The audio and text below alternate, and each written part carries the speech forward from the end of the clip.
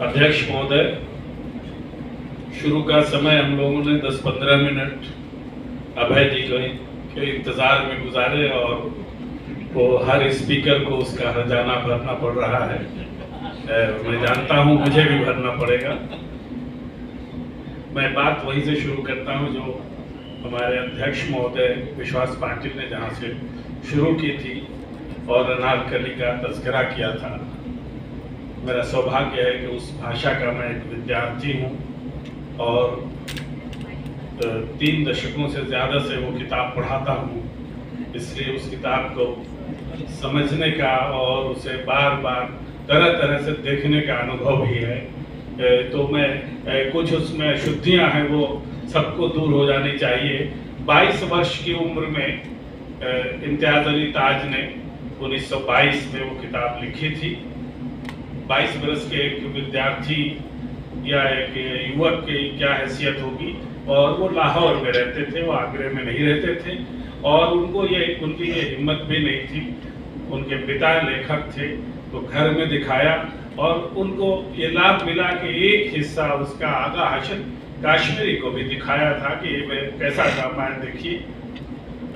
उस ड्रामे की एक गड़बड़ी ये थी कि उसको हर आदमी जो निदेशक देखता था वो कहता था कि इसको कहीं भी मंच पे इसको नहीं किया जा सकता है। बड़ी मेहनत से लोगों ने बाद में मंच पे किया। उस नाटक के शुरू में ही उन्होंने 2 बातें लिखी हैं जो मैं चाहता हूं कि बता दूं।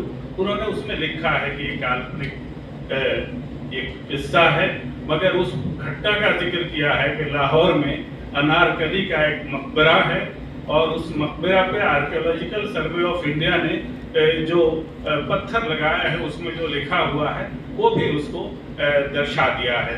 तो एक उस अनारकली के साथ एक इतिहास और इतिहास के साथ साथ एक फिक्शन की घटना वहीं से शुरू हो जाती है कि अगर अनारकली नहीं थी तो उसका मकबरा और कई 100 वर्ष पहले से आखिर लाहौर में कैसे मौजूद है।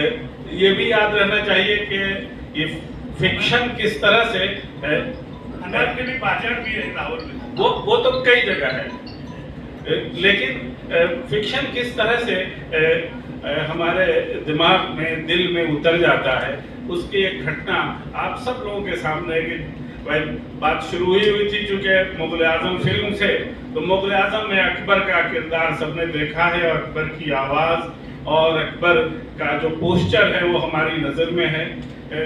फिरोज खां को एक बार ध्यान में आया कि अकबर पर एक सीरियल बनाया जाए। उन्होंने इतिहासकारों को जमा करके और समकालीन इतिहास पुस्तकों से देखा कि अकबर एक पतला दुबला आदमी था और उन्होंने वैसे ही कैरेक्टर को बनाया।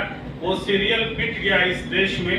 किसी को भी मुगल आजम का वो झूठा अकबर मोटा तगड़ा नहीं था और बहुत ही मुनहनी आवाज थी, हल्की आवाज थी अकबर की, लेकिन किसी ने भी, तो ये होता है फिक्शन की ये शक्ति है कि एक सच जो था उसको लोगों ने इग्नोर कर दिया, वो पसंद न किया गया और हमने अब भी गरजदार अकबर की ही गुंजाइश है, चूंकि वो उसकी पर्सनालिटी से, उसके अचीवमेंट से मेल खाता है।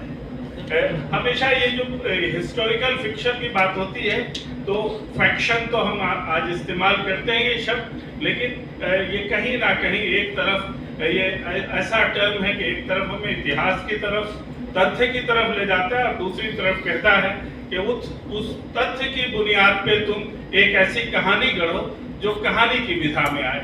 वह दुनिया में ऐसे बहुत सारे ऐसी विधाएं हैं जो हमें 2 तरफ ले जाती हैं। एक तरफ डिमांड होता है कि भाई संक्षेप में कहो, एक तरफ डिमांड होता है कि डिस्क्रिप्शन ऐसा हो कि वो तुम्हें प्रभाव उसमें पैदा हो जाए। तो ये ऐसा ये ऐसी विधा है कि जिसका ये डिमांड है कि 2 तरफ हम हमेशा पढ़ेंगे कि एक आदमी इतिहास का समर्थक होगा और एक आदमी फिक्शन के डिमांड को मानेगा। आप याद कीजिए अभी तक जो 10वीं और 12वीं में सोशल स्टडीज की किताब जो NCERT की पढ़ाई जाती है उसमें सोशल स्टडीज में जो 19वीं शताब्दी के उपन्यास हैं जो भारत में लिखे गए हैं उन पर पूरा एक चैप्टर पढ़ाया जाता है। आखिर वो इतिहासकार उसे शामिल कर रहे थे तो उनको भी ये बात समझ में आती थी कि इन जो कहानी की पुस्तकें हैं, ये उपन्यास है, इसमें भी कहीं ना कहीं इतिहास की कोई ऐसी गंभीर चिंता है, कोई ऐसी गंभीर मुद्रा है जिसको अपने विद्यार्थियों तक हमें ले जाना चाहिए। दिक्कत वहाँ होती है जब 3-4 ऐसी चीजें हैं, जब हम उपन्यास लिखते हैं, कोई भी फिक्शन हम खड़ा करते हैं, तो उसमें अब कैरेक्टर्स कैसे हो, मैंने अकबर का उदाहरण दिया, इस तरह से और कितने उदाहरण हो सकते हैं कि इतिहास के काल में जब जाते हैं, अब 5000 साल पहले का अगर आपके पास कोई विवरण है तो आप आसानी से कैरेक्टर को किस तरह से खड़ा करेंगे। जो फिल्म राइटिंग में जाते हैं उनको पता है कि जब स्क्रीन प्ले लिखते हैं तो उसमें कपड़े का रंग भी बताना होता है, कपड़े का साइज भी बताना पड़ता है। ये किसी कहानीकार के लिए जरूरी नहीं है, लेकिन उसको कितना झुका हुआ है वो भी उसे बताना पड़ता है। तो ये एक विधा से दूसरी विधा में हम जाते हैं, एक काल से दूसरे काल में जाते हैं, तो ये हमारे साथ दिक्कत होती है। तो अब ये बताइए कि महर्षि वाल्मीकि ने जो चित्रण किया, अब अगर उसकी बुनियाद पर हम इतिहास लिखें तो असुविधा तो होगी। ये महर्षि वाल्मीकि ने, अब ये भी तथ्य आज तक नहीं हमें मालूम है कि महर्षि वाल्मीकि ने भी ये कल्पना के सहारे ये काम किया या कोई उनके पास कोई ऐसा तथ्य था। ये हर काल में, हर आपको 10 बरस, 20 बरस, 50 बरस में ऐसी दिक्कत आती है कि आप कल्पना और उस कल्पना की बुनियाद पर जो तथ्य करते हैं, दोनों में अंतर नजर आता है। तो एक इतिहासकार का डिमांड होता है कि हम यथार्थ को सामने रखें, एक उपन्यासकार का डिमांड होता है कि उसको, उस कल्पना को इस तरह से हम पल्लवित पुष्पित करें, इस तरह से उसे मजबूत करें कि वो इतिहास का हिस्सा बन जाए, वो इतिहास की तरह लगे, वो यथार्थ की तरह लगे। और हमारे उपन्यासकारों ने ये काम बड़ी मेहनत से किया है कि आपको सच झूठ हो जाए। राजन सिंह बेदी का बहुत मशहूर एक उनकी कहानी है, हाथ हमारे कलम हुए, जिसमें वो कहते हैं कि मैंने सच नहीं लिखा, मैंने झूठ सच लिखा है। मुझे अगर कोई सच्ची कहानी मिली तो उसमें मैंने कुछ झूठ मिला दिया, और कुछ झूठी कहानी मिली तो उसमें मैंने सच मिला दिया। न पूरा पूरा सच लिखा, न पूरा पूरा झूठ। तो ये जो हिस्टोरिकल फिक्शन है, इसका भी ये आम प्रचलन है कि इसमें पूरा सच नहीं हो सकता है। आप लाख नजदीक का हो, 100 बरस पहले का हो, आप कभी कभी इस बात की गणना कीजिए कि उसमें जो हथियार का युद्ध हो रहा है, जिन हथियारों का विवरण है, क्या उस काल में वो हथियार मिल रहे थे? आप जब देखने चलिएगा तो मालूम होगा कि 4 हथियार तो ऐसे जो अपने काल के हथियार थे, उसको लेखक ने उसमें शामिल कर दिया। तो यह हमेशा आपको इतिहास के जिस क्रम में जाए, जिस जमाने में जाए, जब ऐतिहासिक फिक्शन की बात कीजिएगा, ये संकट आएगा और आसानी से इसमें कोई भी आदमी एक रूप नहीं हो सकता है, एक मन नहीं हो सकता है।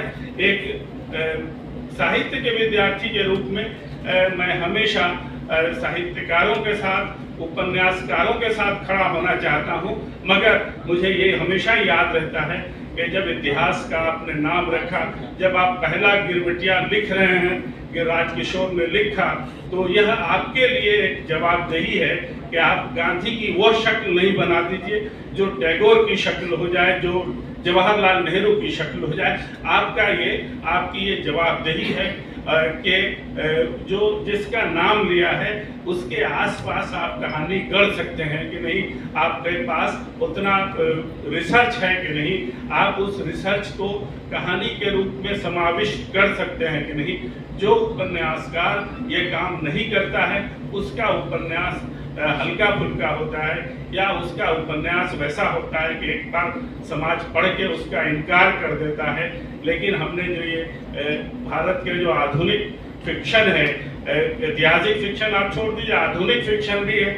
आग का दरिया के लिखने के लिए खुर्रतुल हैदर ने कितना शोध किया, ये हमारे सामने अब्दुल्ला हुसैन ने जब खुदा से नस्लें लिखा, तो जो शोध किया है उसका विवरण मिलता है। उस काल में जो उनके पत्र हैं दोस्तों को लिखे हैं या अलग अलग म्यूजियम्स को लिखे हैं, तो ये समझ में आता है कि वो तैयारी कर रहे थे।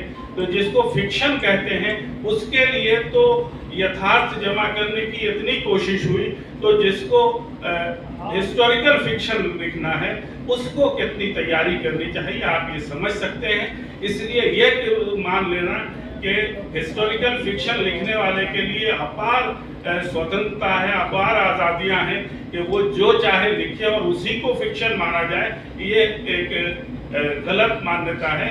कहीं ना कहीं आपको आपके पांव के नीचे एक ठोस जमीन होनी चाहिए।